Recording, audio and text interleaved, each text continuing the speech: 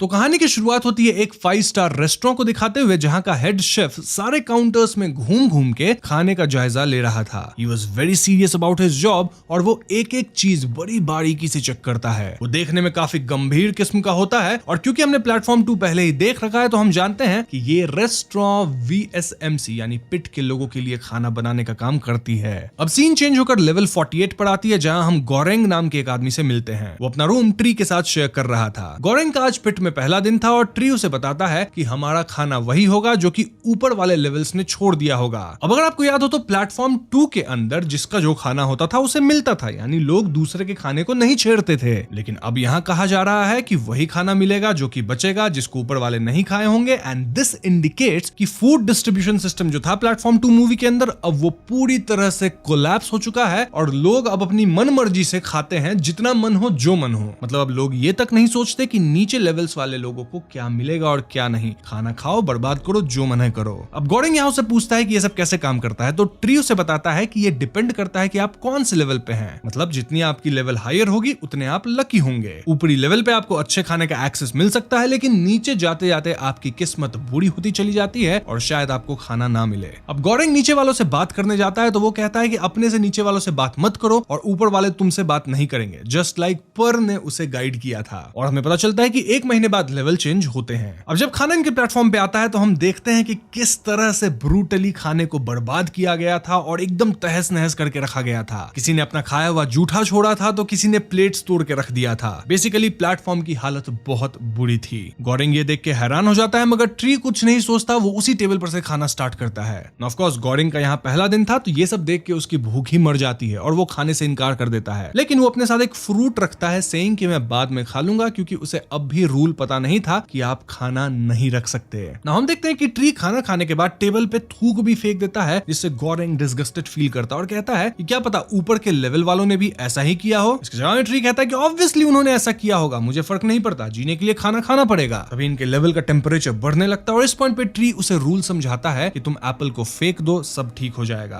अब यहाँ हम उसको गोरेंग के पिट में आने के पहले का इंटरव्यू दिखाया जाता है, जहां उसे बताया जाता है कि तुम पिट में आने के बाद उस अवधि तक वापस नहीं निकल सकते जितना का तुमने एग्रीमेंट साइन किया है। मतलब एग्रीमेंट में अगर लिखा है कि 1 साल तुम पिट में रहोगे तो 1 साल तुम्हें रहना ही होगा। यहाँ हम देख पाते हैं कि गोरेंग अपने साथ पिट में एक बुक लेके आया था। अब पिट में बैठे हुए गोरेंग बोर हो रहा था तो वो ट्री से पूछता है कि मैं अपने पिट में आने का कारण बताऊंगा और तुम अपना कारण बताओ। ट्री ये सोच के हैरान हो जाता है कि गोरेंग अपनी मर्जी से पिट में आया है, जबकि बाकी सारे लोग तो अपने गिल्ट या किसी टेरिबल हादसे से पीछा छुड़ाने आए थे। गोरेंग बताता है कि उसको स्मोकिंग क्विट करना था और उसे एक बुक भी पढ़ना था नेम डॉन किहोटी, इसीलिए वो पिट में समय बिताने आया था, basically as a rehab centre. और तो और उसका टाइम पूरा होने के बाद उसे एक डिग्री या सर्टिफिकेट भी मिलने वाला था। ये सब सुन के ट्री सोच में पड़ जाता है कि उसे कोई डिग्री क्यों नहीं मिल रही है। खैर, तो आगे हम देखते हैं कि डेली प्लेटफॉर्म नीचे आता था। ट्री तो आराम से खाना खाता, पर गोरेंग नहीं खा पा रहा था। यहाँ हम ट्री की भी स्टोरी जान पाते हैं कि एक रोज उसने अपने टेलीविजन में एक नाइफ शार्पनर का एड देखा जो कि बहुत ज्यादा इंप्रेसिव लग रहा था। वो उस एड से इंप्रेस हो गया, हालांकि उसको जरूरत तो नहीं थी, पर वो ऑब्सेस्ड हो गया और सोचने लगा कि मेरी जिंदगी शायद इसलिए खराब है क्योंकि मैं वो नाइफ शार्पनर यूज नहीं करता, इसलिए उसने उसको खरीद लिया। अब अगले ही एड में उसने देखा कि सेम कंपनी एक सेल्फ शार्पनिंग नाइफ बेच रही थी जो इतनी तेज थी कि उसको शार्प करने की कोई जरूरत ही नहीं थी। इससे ट्री इतना ज्यादा फ्रस्ट्रेट हो गया कि उसने अपना टेलीविजन उठाकर अपनी खिड़की से बाहर फेंक दिया, लेकिन अनफॉर्चुनेटली वो एक रैंडम स्ट्रेंजर के सर पे जाके हिट हुआ, जिससे उसकी मौत हो गई। और उसी की सजा में ट्री को इस पिट में आने का ऑफर मिला, विच ही टुक। और दोस्तों, ये वही नाइफ है जो ट्री अपने साथ लाया था, जिसे हम प्लेटफॉर्म 2 में पर को यूज करते हुए देखे थे। अब गोरेंग उससे पूछता है कि पिट में कितने लेवल्स है, जिसके जवाब में वो कहता है कि शायद 132, क्योंकि मैं वहां रह के आया हूं, और एक बार शायद उससे भी नीचे, और उस लेवल तक तो कोई खाना पहुंचता ही नहीं है। इससे गोरेंग परेशान हो जाता है, कहता है कि हमें अपने ऊपर वालों से बात करनी पड़ेगी ताकि सब लोग अपना ही हिस्सा खाए और इससे सारे लेवल्स पे खाना पहुंचेगा। ये सुन के ट्री उससे पूछता है कि क्या तुम एक कम्युनिस्ट हो, लेकिन गोरेंग जवाब देता है कि नहीं, मैं तो लॉजिकल बात कर रहा हूँ। तो इसके बाद गोरेंग नीचे वालों से बात करने लगता है, लेकिन वो उल्टा उसे ही डरा रहे होते हैं। ऐसे में ट्री खाने के प्लेटफॉर्म पे यूरिनेट ही कर देता है ताकि उन्हें एक सबक सिखाया जा सके। बेसिकली हम समझ पाते हैं कि ट्री के हिसाब से जो लोग नीचे हैं वो नीचे ही हैं और उन्हें उसी हिसाब से ट्रीट किया जाए। ऐसा क्यों? क्योंकि अगले महीने अगर ये लोग भी नीचे जाते हैं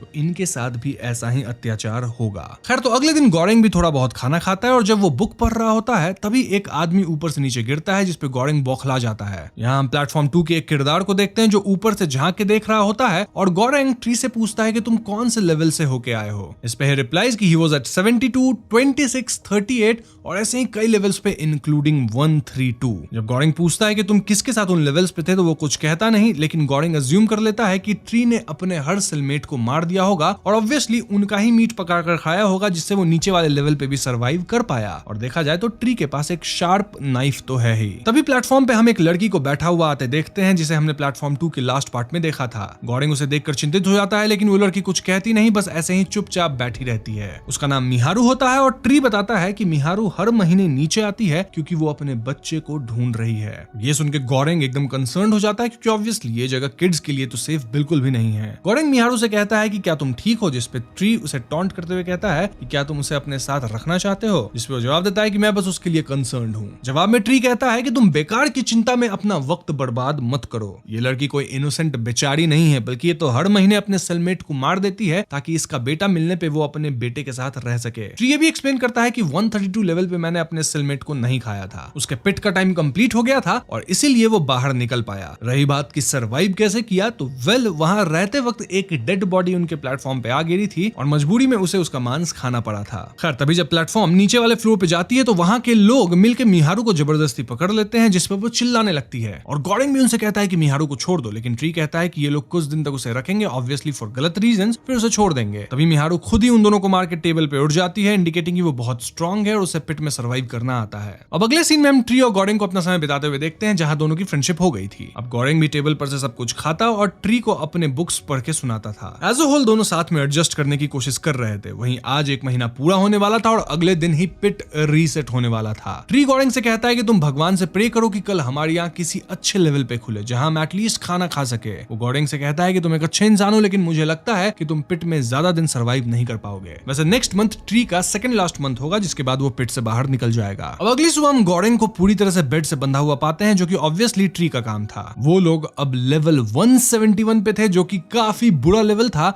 और शायद इसीलिए ट्री ने गोरेंग को बांध के रखा था क्योंकि वो खाना ना मिलने पे गोरेंग को ही खाएगा। वो एक बड़ा डायलॉग मारता है विच गोज लाइक कि मैं जानता हूं कुछ समय बाद तुम भूख से पागल हो जाओगे, तो इस पिट में रहना इट्स नॉट गुड। मैं तुम्हें अभी नहीं मारूंगा, इनफैक्ट मैं पहले फास्ट करूंगा जितना पॉसिबल हो सके। वो गोरेंग को उसके डिश की एग्जांपल देता है जो कि स्नेल से बनी एक डेलिकेसी थी। लाइक किस तरह ये डिश प्रिपेयर करने से पहले स्नेल्स को सॉल्ट में रखा जाता है जिससे उसके अंदर का सारा वाटर निकल जाए, तो वैसे ही गोरेंग को यहाँ बांध के रखा जाएगा जब तक उसके अंदर से जीने की इच्छा ना चली जाए और फिर ट्री से खाएगा, क्योंकि ऑफ कोर्स उसका सिर्फ 2 महीना बचा है और उसे किसी भी तरह 2 महीने सर्वाइव करना है। अब इंटरेस्टिंग बात यह है कि ट्री भी वही डायलॉग यूज कर रहा होता है जो उसने पर के मुंह से सुना था। आई मीन वही सब डायलॉग जब पर दागिन बाबी को मार रही थी, वो वुंड्स वाला डायलॉग एंड ऑल। गोरेंग उसे कन्फ्रंट करता है कि वो स्ट्रेंजर जिसके सर पे तुम्हारा टीवी गिरा था वो एक्सीडेंटल डेथ हो सकता है, लेकिन अभी जो तुम कर रहे हो वो कत्ल है। ट्री यहाँ काउंटर करते हुए कहता है कि नहीं, हमारे ऊपर जो लोग हैं ना वो हमारे मौत के लिए रिस्पॉन्सिबल है क्योंकि खाना यहाँ तक पहुंचता ही नहीं है। बेसिकली ट्री गोरेंग को बिस्तर पे ही बांध के रखता है। अब कई दिनों के बाद जब ट्री को खाना नहीं मिलता और गोरेंग भी लाश की तरह बेड पे पड़ा होता है तो वो उसके थाई मसल को काटने लगता है। वो एक पीस काट भी लेता है कि तभी पिट में प्लेटफॉर्म पे चढ़ के मिहारू आ जाती है और वो ट्री के ही नाइफ से उसका गला चीर देती है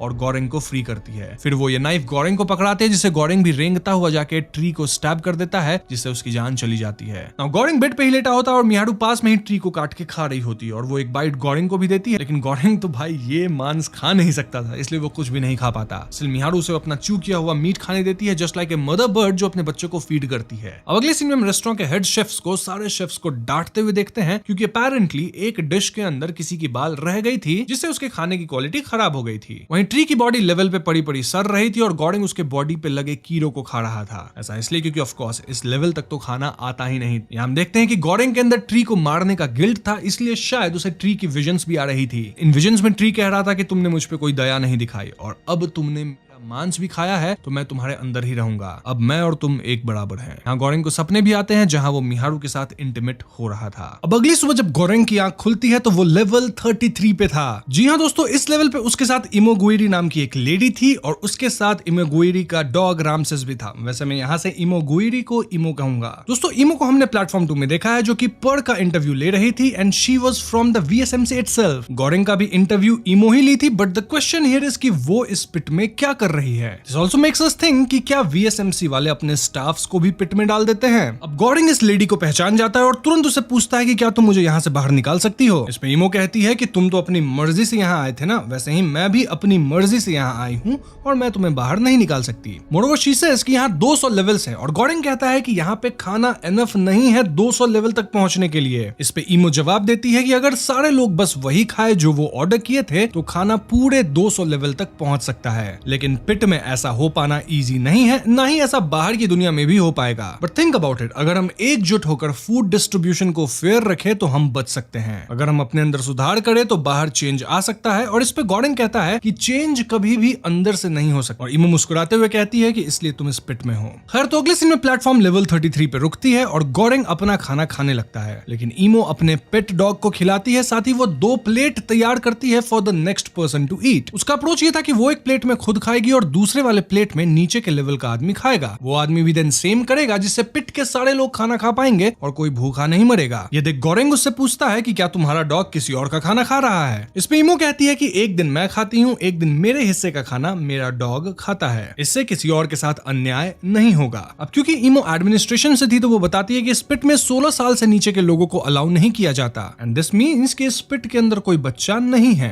इस पे गॉरिंग उलझन में पड़ जाता है, क्योंकि देखा जाए तो मिहारू फिर कौन से बच्चे को ढूंढ रही है। अब जब प्लेटफॉर्म नीचे जाती है तो ईमो नीचे वाले फ्लोर के आदमी से कहती है कि मैंने आपका प्लेट तैयार कर दिया है, प्लीज आप अपने प्लेट से ही खाइए और 2 प्लेट बना देना for the next 2 people to eat. अब ये सुनने में तो बड़ा अच्छा है, लेकिन ऑफ कोर्स लोग उसकी बात को नहीं मानते, उसकी बात पे कोई अच्छा रिस्पॉन्स नहीं देता। इनफैक्ट लोग अपनी मर्जी से खाना खाते हैं, उसे बर्बाद करते हैं वगैरह वगैरह। गॉरिंग उससे कहता है कि यह आपका स्पॉन्टेनियस सॉलिडारिटी जिसका कोई मोल नहीं है, और तो और ये एडमिनिस्ट्रेशन की गलती है जो कि सिस्टम को इतने अनफेयर वे में चला रही है। ये सुन ईमो से कहती है कि अच्छा तुम भी उन्हीं लोगों में से हो जो सारी गलतियां एडमिनिस्ट्रेशन के मत्थे मार देता है और खुद से कोई चेंज लाने की कोशिश नहीं करता। खैर, तो अब हर दिन ईमो ट्राई करती रहती है कि वो लोगों के माइंड्स को चेंज कर पाए ताकि वो दूसरों के बारे में सोचना शुरू करें, लेकिन ऐसा हो नहीं पाता। लोगों के माइंड्स को चेंज करना इतना इजी नहीं था और एक दिन फाइनली गॉरिंग गुस्सा हो जाता है और वो नीचे वाले लेवल के लोगों को थ्रेटन करता है। वो कहता है कि अगर तुम लोगों ने वो नहीं किया जो ये लेडी कह रही है तो फिर मैं तुम्हारे खाने को हर दिन खराब कर दूंगा, जिससे तुम कुछ भी नहीं खा सकोगे। अब इस धमकी से दोनों डर जाते हैं और ये टेक्निक काम करने लगती है। यहाँ ईमो ऊपर वालों को भी कन्विंस करना चाहती थी, लेकिन गॉरिंग कहता है कि वो लोग हमारी बात नहीं सुनेंगे। क्यों? क्योंकि वो हमसे ऊपर है। They have power over us. हम बस अपने नीचे वाले लोगों को ओवर पावर कर सकते हैं, क्योंकि हम उनका ही खाना सिर्फ बर्बाद कर पाएंगे। खैर, तो अगले दिन प्लेटफॉर्म पे मिहारू आती है जो कि बहुत ज्यादा बीमार थी और गॉरिंग उसे अपने बेड पे लिटा देता है, लेकिन तभी लेवल में फ्रीजिंग कोल्ड होने लगता है क्योंकि इनके ध्यान न देने पे ईमो का डॉग एक मीट का पीस अपने मुंह में रख लिया था। एज वी नो, यहाँ फूड आइटम अपने पास रख नहीं सकते। गॉरिंग कैसे भी उस डॉग को पकड़ता है और मीट का टुकड़ा वापस प्लेटफॉर्म पे फेंकता है और इससे सब कुछ ठीक हो जाता है। अब रात को मिहारू उठ के रैमसिस को ही खाने लगती है क्योंकि वो बहुत भूखी थी और ऐसे में उसकी लड़ाई ईमो से हो जाती है। अगले दिन गॉरिंग उसे प्लेटफॉर्म पे चढ़ाकर नीचे भेज देता है। अब यहाँ ईमो से बताती है कि 10 महीने पहले वो खुद अपनी मर्जी से VSMC में आई थी और उसका कोई बेटा या पेरेंट्स नहीं है। वो एक्ट्रेस बनना चाहती थी और उसका ऑब्जेक्ट एक यूकेलेले था। वो एशियन मार्लिन मनरो बनना चाहती थी, but now she is murdering everyone for her imaginary kid. ईमो तो पिछले 25 साल से VSMC के साथ काम कर रही थी और वो अलग अलग लोगों को इस पिट में भेज रही थी, और वो भी अननोइंगली कि ये पिट किसी जहन्नुम से कम नहीं था। वो गॉरिंग को बताती है कि she is a cancer patient और वो ज्यादा दिन जीवित भी नहीं रहेगी, और जिस दिन उसको पता चला कि she is going to die soon, उसने इस पिट में आने का डिसाइड किया। अब हम देखते हैं कि लेवल 0 पे सारे शेफ्स अच्छी अच्छी डिशेस बना के प्लेटफॉर्म में प्लेस कर देते हैं, लेकिन जैसे जैसे प्लेटफॉर्म नीचे आता है सभी लोग बड़ी बुरी तरीके से खाने को खाते हैं और वीकेंड से खाने को वॉयलेट करते हैं, जिससे बहुत सारे लोगों को खाना नहीं मिलता और इसके परिणाम अनुसार नीचे के लेवल्स के लोग मर जाते हैं। लोग तो इवन टेबल पे चढ़ जाते हैं और खाने को बर्बाद करते हैं। अब यहाँ ईमो कुछ खा नहीं रही होती तो गॉरिंग उसे चेयर करने आता है एंड इवन वो खुद भी उसकी तरह 2 प्लेट्स बनाता है फॉर पीपल टू ईट, लेकिन ईमो अब तक हार मान चुकी थी और वो अपने डॉग को याद करके रोती है। Now, आज उनका पिट रीसेट होने वाला था और इसका मतलब कल ये दोनों किसी नए लेवल पे होंगे। तो अगले दिन टू गॉरिंग्स अटर डिसअपॉइंटमेंट ये लोग निकलते हैं लेवल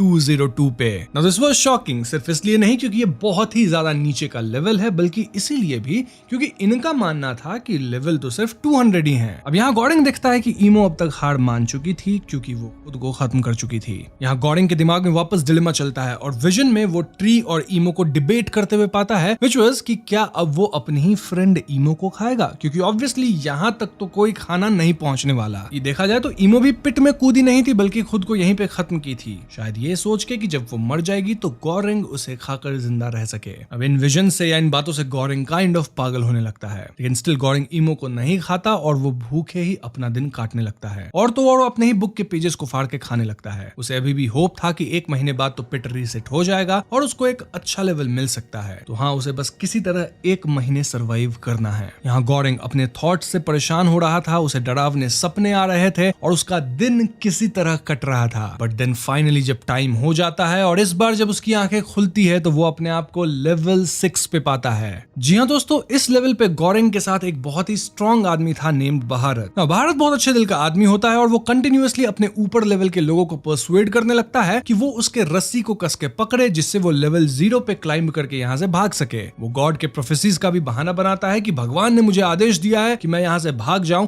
और वो मेरी मदद करेगा। अब ये सब सुनकर लेवल 5 के लोग राजी हो जाते हैं और उसे रस्सी फेंकने को कहते हैं। अब जैसे ही भारत रस्सी चढ़ के लेवल 5 में पहुंचने वाला होता है, वहां की लेडी उसके ऊपर नंबर 2 कर देती है, विच वाज वेरी डिस्गस्टिंग, और इससे भारत सारा होप लूज करता है। गॉरिंग ये सब देख रहा होता है और उसे भारत के लिए बुरा लगता है। अब क्योंकि ये लेवल 6 है तो यहाँ तक तो खाना काफी अच्छे से पहुंच रहा था, लेकिन स्टिल गॉरिंग अब अपना पेशेंस खो चुका था। ये उसका सेकंड लास्ट मंथ था और ऐसे में वो कुछ बड़ा प्लान करता है। गॉरिंग भारत से हेल्प मांगता है, सेइंग कि हम खुद प्लेटफॉर्म पे चढ़ जाएंगे और हर लेवल पे जाके अपने हिसाब से फूड डिस्ट्रीब्यूट करेंगे, इससे खाना सब तक पहुंच जाएगा। अब ये काम गॉरिंग अकेला तो कर नहीं सकता था, इसीलिए उसे भारत की मदद चाहिए थी। ये सुन भारत कहता है कि नीचे जाने से अच्छा है मैं नेक्स्ट मंथ फिर से ऊपर जाने की ही कोशिश करूंगा, लेकिन गॉरिंग कहता है कि तुम्हारे ऊपर हमेशा कोई ना कोई होगा जो तुम्हें रोकेगा। गॉरिंग का आइडिया था कि वो लोग लास्ट तक जाएंगे और इस जगह के मैकेनिक्स को तोड़ देंगे ताकि ये प्लेस कोलैप्स कर जाए और कोई भी यहाँ आके हेल को एक्सपीरियंस ना करे। गॉरिंग कहता है कि यहाँ 250 लेवल है, लेकिन हम व्यूअर्स जानते हैं कि यहाँ पे टोटल लेवल्स हैं 333। अगर प्लान फेल भी होता है तो वो दोनों प्लेटफॉर्म पे चढ़ के सीधे ऊपर चले जाएंगे, जिससे वो एस्केप कर सकते हैं। भारत ये आइडिया मान लेता है और गॉरिंग का साथ देने को तैयार हो जाता है। दोनों अपने बेड्स के फ्रेम को तोड़ के हथियार बनाते हैं और प्लेटफॉर्म पे चढ़ जाते हैं। गॉरिंग चाहता था कि वो लेवल 50 तक लोगों को प्लेटफॉर्म से कुछ भी खाने का मौका ना दे, क्योंकि यूजुअली लेवल 50 तक लोगों को खाना मिल जाता है, इसीलिए वो लेवल 51 से खाना डिस्ट्रीब्यूशन स्टार्ट करता है। ऐसा करते हुए उन्हें कई बाधाओं का सामना करना पड़ता है, जैसे लोग इन्हें टॉन्ट करते हैं कि तुम कौन होते हो खाना डिस्ट्रीब्यूट करने वाले, क्या तुम कोई मसीहा हो, तुम्हें कौन हक देता है ये सब करने का, वगैरह वगैरह। लेकिन भारत भी फुल कोऑपरेट करता है और लेवल 50 तक किसी को भी खाना खाने नहीं दिया जाता। अब एक लेवल पे भारत को अपने गुरु भी मिलते हैं जो कि बहुत बुद्धिमान आदमी थे। वो कहते हैं कि तुम लोग जो कर रहे हो वो बहुत सही है, लेकिन पहले लोगों से कायदे से पूछो, उनको पोलाइटली अपना मैसेज दो और फिर भी ना माने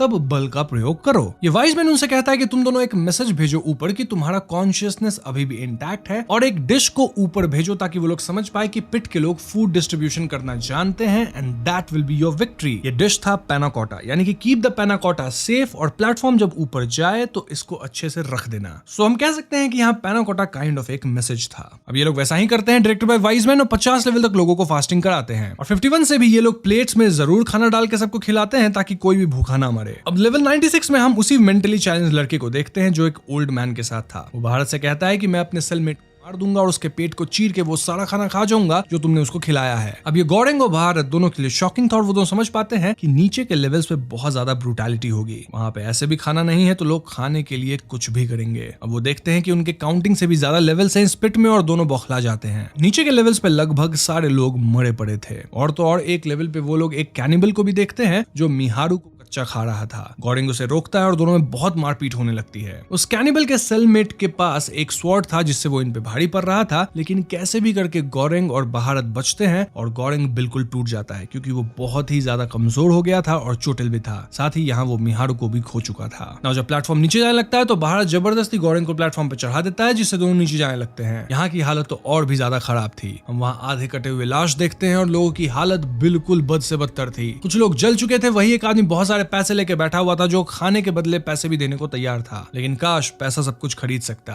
मतलब हाँ, रियल वर्ल्ड में बहुत कुछ पैसा खरीद सकता है, लेकिन जब भी एक केओटिक सिचुएशन आता है जहाँ पे लोग खाने के लिए मरने लगे तो उस वक्त कोई पैसा को खा के नहीं रह सकता। उस वक्त ये सारा पैसा यूजलेस हो जाता है। अब इतना नीचे आते आते खाने का एक भी सामान नहीं बचा था, लेकिन उनके पास पैनाकोटा था जो कि भारत के लिए बहुत इंपॉर्टेंट था क्योंकि यही तो मैसेज था। अब फाइनली प्लेटफॉर्म लेवल 333 में आके रुक गया था जहां हम बेड के नीचे एक छोटे से बच्चे को देखते हैं, वही जो कि पिरामिड में खेल रही थी, इंडिकेटिंग कि अब इस लड़की की बारी है। तभी प्लेटफॉर्म नीचे चली जाती है और गोरेंग भारत को कहता है कि पैना कोटा टेबल पे फेंको वरना हम जल जाएंगे। लेकिन सरप्राइजिंगली इस लेवल पे फूड स्टोर करके रखने के बावजूद कुछ असर नहीं हो रहा था। तभी बेड के नीचे से वो छोटी लड़की बाहर आती है और वो पैना कोटा की तरफ देखने लगती है, क्योंकि शायद उसे भूख लगी थी। भारत उसे पैना कोटा नहीं देना चाहता था, लेकिन he gives up at last. वो एक अच्छा काम करता है और भूखे बच्चे को खाना खिलाता है। अब गोरेंग अपने हेलुसिनेशंस या विजन्स में वापस ट्री को देखता है, जो उसे शाबाशी देता है कि लेवल 6 को छोड़ के वो लास्ट लेवल पे आया, which was a bold step, और भी कई बातें कहता है विच वाज अमेजिंग।